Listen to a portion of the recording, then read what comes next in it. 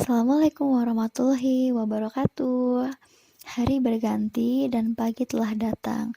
Sambut pagi dengan semangat baru dan jangan terpaku dengan masa lalu. Langkahkan kaki ke depan untuk menatap masa depan yang lebih baik. Jangan lupa tetap stay at home ya dan tetap jaga protokol kesehatan. Perkenalkan, nama Ibu Mahesa Wahyusari. Saya mengampu seni budaya keterampilan. Di sini, saya akan menerangkan dan menjelaskan subbab apa saja yang akan kita bahas dalam satu ajaran 2020-2021. Nah, langsung saja pada semester ganjil ya. Pada semester ganjil, kita akan belajar tentang seni rupa 2 dimensi dan 3 dimensi, serta seni musik tradisional. Di semester gasal atau genap, kita akan belajar seni tari tradisional dan seni teater. Sebelum kita memasuki materi seni rupa 2 dan 3 dimensi, kita akan mempelajari tentang pengertian konsep seni budaya, unsur-unsur, fungsi, ciri-ciri. Langsung saja, kalian simak dan salin pembelajaran di buku tulis seni budaya kalian ya. Sebelum kita ke materi yang pertama, adapun tujuan pembelajarannya yang akan kalian dapat adalah siswa dapat memahami pengertian konsep budaya, siswa dapat menerapkan konsep budaya, siswa dapat menyimpulkan konsep budaya. Mari kita mulai pembelajaran pada hari ini, mulai dengan pengertian budaya yang pertama ya. Nomor 1, pengertian budaya. Dalam etimologi atau asal-usul kata bahasa Indonesia, budaya atau kebudayaan berasal dari bahasa Sanskerta, yaitu budhaya yang merupakan bentuk jamak dari budi. Budi atau akal diartikan sebagai hal-hal berkaitan dengan budi atau akal manusia. Nah, di sini ada beberapa definisi budaya. Di antaranya yaitu budaya adalah sistem pengetahuan yang dimiliki oleh sekelompok orang yang relatif besar sebagai upacara adat dan istiadat Indonesia. Nah, sekarang Bu Esa akan menjelaskan yang kedua, ciri-ciri kebudayaan. Yang pertama, kebudayaan bersifat universal atau umum, namun perwujudan kebudayaan mempunyai ciri-ciri khusus yang sesuai dengan situasi maupun lokasi. Yang kedua, dinamis, sesuai sistem yang berlaku sepanjang waktu, jadi lebih cenderung ke sifatnya selalu berkembang yang dengan suasana dan kondisi saat ini. Yang ketiga, selektif, mencerminkan pola perilaku pengalaman manusia secara terbatas. Yang keempat, memiliki unsur budaya yang saling berkaitan, maksudnya meskipun kita begitu banyak kebudayaan di Indonesia, tetapi mempunyai tujuan yang sama, yaitu rasa mencintai dan membuat bangga bangsa Indonesia.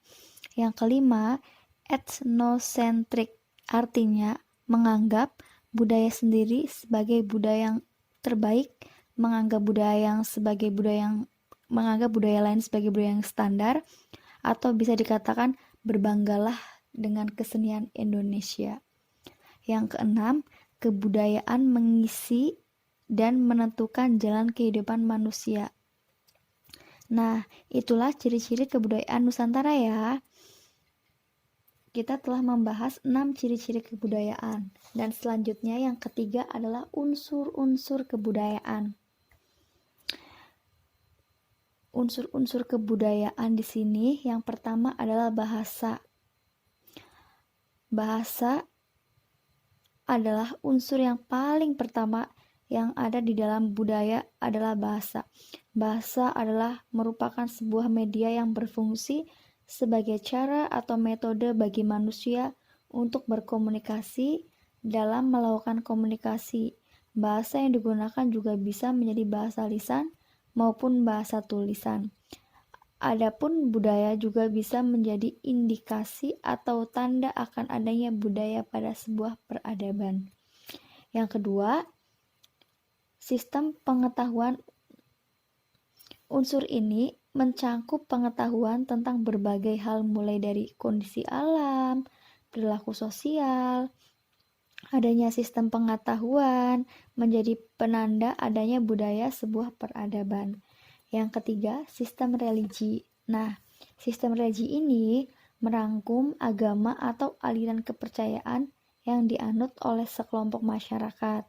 Unsur religi merupakan unsur yang penting dalam budaya karena mengatur kehidupan antara manusia dengan manusia dan antara manusia dengan Tuhan. Unsur agama dalam sebuah budaya juga meliputi kegiatan dan praktek yang bersifat suci, baik itu berupa upacara keagamaan maupun tradisi yang berkaitan dengan keagamaan. Yang keempat, sistem kemasyarakatan. Sistem kemasyarakatan ini merupakan unsur budaya di mana ada sekelompok masyarakat di dalamnya memiliki kesamaan atau berada dalam satu sistem kekerabatan. Adanya unsur sistem kemasyarakatan ini berperan sangat penting dalam pewarisan budaya. Sistem kemasyarakatan yang tidak hanya berlaku secara general, seperti kehidupan bermasyarakat saja, namun bahkan sudah dimulai dari keluarga sendiri maupun sebuah sistem kemasyarakatan yang paling dasar yang ada. Yang kelima, sistem mata pencaharian ekonomi. Untuk berikutnya yang ada dalam budaya sistem mata pencaharian. Unsur ini merupakan upaya manusia untuk bertahan hidup melakukan berbagai macam kegiatan yang bisa menghasilkan barang atau jasa. Kegiatan yang dilakukan ini berupa bercocok tanam, berdagang, berkebun, dan sebagainya. Yang keenam, yaitu sistem teknologi dan peralatan yang diciptakan oleh peradaban manusia. Sistem ini merupakan cara manusia untuk mengelola bahan-bahan mentah menjadi barang yang jadi, yang berhubungan dengan peralatan kerja, pakaian, transportasi, dan kebutuhan lainnya. Budaya yang berasal dari akal dan budi manusia kemudian dilaksanakan dengan sebuah tindakan kemudian manusia untuk membantu dan menciptakan sistem teknologi peralatan memenuhi kebutuhan hidupnya. Dan yang ketujuh adalah unsur yang terakhir, yaitu unsur kesenian.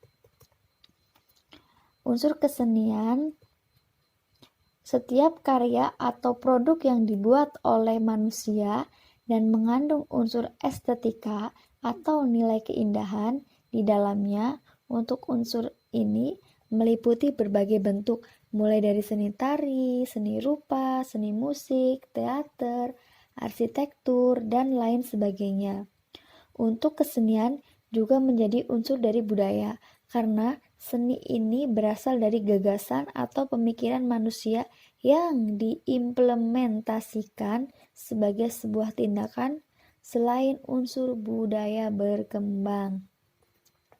Dan yang keempat ada fungsi kebudayaan. Fungsi kebudayaan ada 3. Yang pertama, pedoman hubungan manusia dan kelompok, memenuhi kebutuhan masyarakat, mendorong perubahan masyarakat. Dan yang kelima, wujud budaya. Sama dengan fungsi, wujud budaya juga ada 3. Yang pertama ada ide atau gagasan, aktivitas, hasil budaya. Nah, setelah kita mempelajari tentang pengertian budaya, unsur, fungsi, ciri-ciri, dan yang terakhir yaitu contoh, Bu Esa hanya akan menerangkan 3 contoh ya. Yang pertama, contoh budaya batik. Batik adalah kerajinan yang memiliki nilai seni tinggi dan telah menjadi bagian dari budaya Indonesia, khususnya Jawa. Batik juga merupakan warisan nenek moyang bangsa Indonesia sejak dahulu kala. Sejak berkembangnya batik di Indonesia, berkaitan dengan kerajaan Majapahit dan kerajaan sesudahnya, dalam beberapa catatan, batik banyak dilakukan pada masa kerajaan Mataram, kemudian sekarang berkembang menjadi kerajaan Solo dan Yogyakarta. Yang nomor 2, contoh budaya tradisi bakar batu. Merupakan bagian dari kebudayaan masyarakat timur Indonesia. Mereka akan membakar batu sebagai tanda syukur kepada Tuhan atas berkah dan hasil bumi. Batu bakar yang menjadi simbol perdamaian atau gencatan senjata karena sejak dahulu antara suku di daerah timur Indonesia sering terlibat peperangan. Dan yang terakhir, contoh budaya ngaben merupakan tradisi masyarakat Bali dalam memperlakukan orang yang sudah wafat. Mereka percaya bahwa api akan mensucikan sehingga orang yang telah meninggal dibuatkan upacara tertentu yang kemudian dibakar sampai menjadi abu. Selanjutnya, abu tersebut dikumpulkan dalam sebuah wadah dan akan dilarung ke laut. Terima kasih. Wassalamualaikum warahmatullahi wabarakatuh.